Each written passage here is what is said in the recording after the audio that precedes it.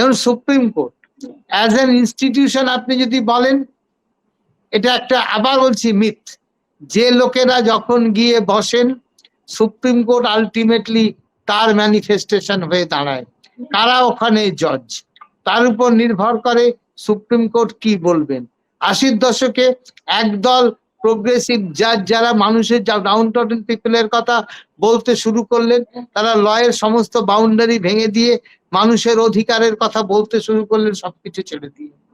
আবার একদল লোক সুপ্রিম কোর্টে এসে বসলেন, তখন তারা বললেন না না এসব হবে না, একেবারে লিটারাল ইন্টারপ্রিটেশনে থাকো, হলে হবে, মানুষের ওসব নিয়ে আমাদের ভাবার দরকার নেই।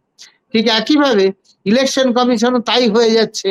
কোন লোকটা এসে বসছে, সেই লোকটার ভাবনা চিন্তা কি, তাই দিয়ে ইনস্টিটিউশন চালু হচ্ছে। ইনস্টিটিউশন মানেই তো তাই সেট অফ রুলস।